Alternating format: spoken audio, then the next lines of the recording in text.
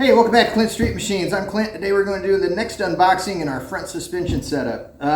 For those of you who are new to the channel or don't know, we're building a 1989 Chevy S10 pickup with a big block Mopar, and we're putting or at least we plan to put, a Mustang strut front suspension in it. We're using 03 spindles, and if you saw our last unboxing video, we bought some struts for the 87 and 93 Fox Body Mustang, and that's this guy here. But today we're getting the next component to putting this chassis together, so I thought I would do an unboxing for all y'all who want some information on these and see what you get when you order them. Each part number brings you one of these kits. You're going to need to order 2 kits in order to do both sides of your vehicle, if you're doing the front or the rear. Well, let's just get right into it. So this is the box. Part number is S6001. Like I said, these fit, 87 to 2004, but they only fit V8 spindles on the earlier 87 to 93s. Okay, so we open the box. We've got our top hat here, got our spring perch and a nut, which is cool because the strut also came with its own. Now we have 2. So an extra nut always helps. Alright, so this should just be the coilover sleeve that makes all this magic happen. And indeed it is.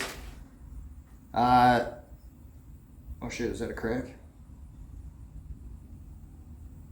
No, okay.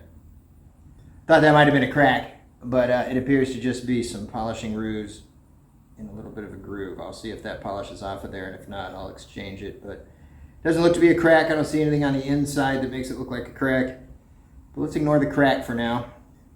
Quality-wise, looks pretty good. It's just light, weighs nothing, piece of aluminum, and then we have the components that come along with it. A razor blade right here, so we can open those up. But first, let's check this out. So, these are designed specifically to fit these struts. I don't know if they're going to fit your factory struts or not. I don't think they do. But anyway, the way this works is this slide. There we go. Slides down over that. It's a nice tight fit. Really tight fit. There we go.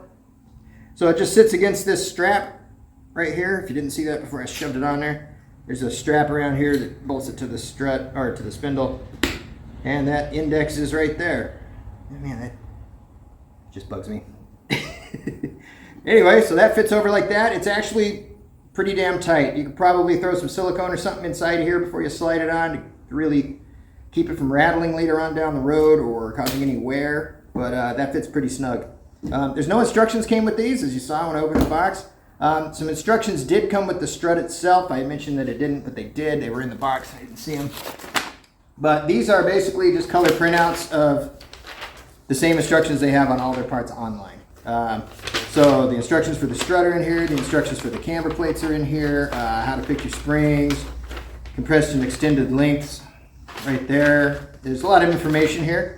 So it's nice of them to send that, but you can always go to their website and just click on any of their product, click on any of these products, and that'll be in the downloads. So instructions aren't that big a deal, but there are no instructions for this coilover kit. I think that's because it's pretty self-explanatory. So the way this works, like I said, that slides down, sits on there, and the stock Mustang has a separate spring mounted to the lower control arm that goes up to the frame, like a regular old school car would have, like our S10 had, for instance. Control arm mounted spring. And so what this does is if you have a Mustang, you're putting this in a Mustang, this allows you to get rid of that spring and go to a performance aftermarket spring. Now these are set up for a 2.5-inch inside diameter spring. Let's make sure that's correct by measuring our lower spring perch. But the point being, by switching to this aftermarket style spring, you got a lot more options as far as spring rates and progressive, non-progressive, and all that kind of stuff. So allows you a lot more adjustability, plus it's a more compact package. Instead of having a strut and then a spring over here, you just have a sprut. That's what I'm going to call it, because it's got a spring and a strut. So the sprut would have the spring mounted right around here on the strut. I did not order the springs yet, because I'm still debating on what I want to do for spring rates. Part of me wants to wait until the truck's done and weigh it at all 4 corners and then order my springs, but I'll probably just get some cheap starter springs with a close enough spring rate, go from there. But anyway, back to this product. So the first package had a new nut for the top here. It has your spring seat and your jam nut. I misplaced my tape measure. All right, so we measure this. Yep, it's a 2.5 inch inside diameter. So this is your lower spring seat. Your coil spring will fit right over this and sit just like that. And then this jam nut comes up under it and locks it in place. And the way that works is this all gets screwed onto this adapter. There we go. Probably would have been easier to do this before I put it on the strut.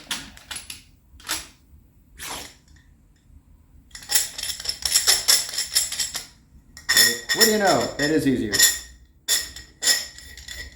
Like I said, there's no instructions, but you can put anti-seize on these threads, a good coating of anti-seize on this whole thing. Kind of sucks because you want it to look pretty, but too bad, you got to put grease on it. So you put the anti-seize on here, and that allows these to spin more easily, because once you install all this, they're going to be under load.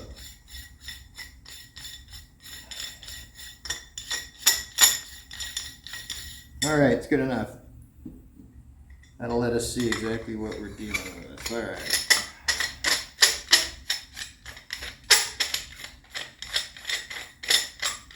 All right, so the jam nut goes on first. There's an extra little lip on it. I put that down so it doesn't interfere here because we want it to be flat against flat, right? The flat spots against each other. Again, there's no instructions. If I'm doing that wrong, please let us know in the comments so we don't all mess that up.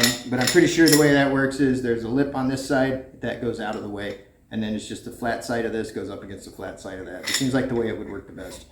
Because it's making more contact. All right, so the way that works there. Now that I blabbed your ears off while I did that stiff. All right, so the way this works is you get your spring, you can adjust this up and down this far to adjust where the low end of your spring, the bottom end of your spring sits. And then when you have it where you want it, you take this bottom one and you rotate it up against it, and it's just a jam nut. You literally rotate these in opposite directions till it locks in place. And now your lower spring seat is set. Now we just need the rest of the stuff to contain the spring. And it should be in this bag right here.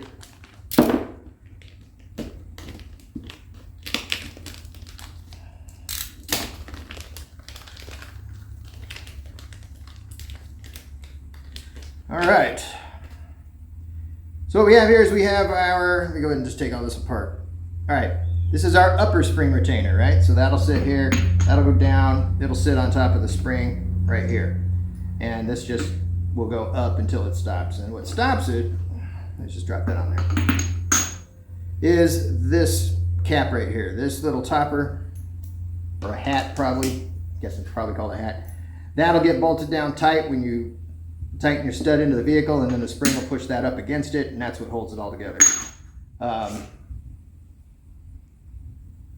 This, however, adjusting this thing with the spring in it's a little tough, so what they do is they put a Torrington bearing in here. So your little hat's there, they give you a washer that's just basically a bearing race. That goes there, that's steel. Reason being because you've got these steel rollers, and you don't want them riding right on the aluminum. It'll wear that anodizing right off of there and start eating into the aluminum in no time.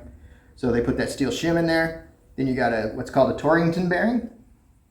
You can see what that looks like. They're really thin and wafer-like. And if you look at how those needle bearings are located, this offers rotational bearing. So things can swivel around this easily. That'll go on there, and then another bearing race slash shim. And that goes right there. This will come up and meet it, grab it. That'll locate everything. Boom, that's it. Push that down, I'll leave it all together there. There we go. So that's what it looks like all together, except it's missing the spring. So I gotta say, quality-wise, initial impressions, this stuff's really nice. I've always known Strange Engineering makes nice stuff. Strange Engineering makes nice stuff. They've been around a long time.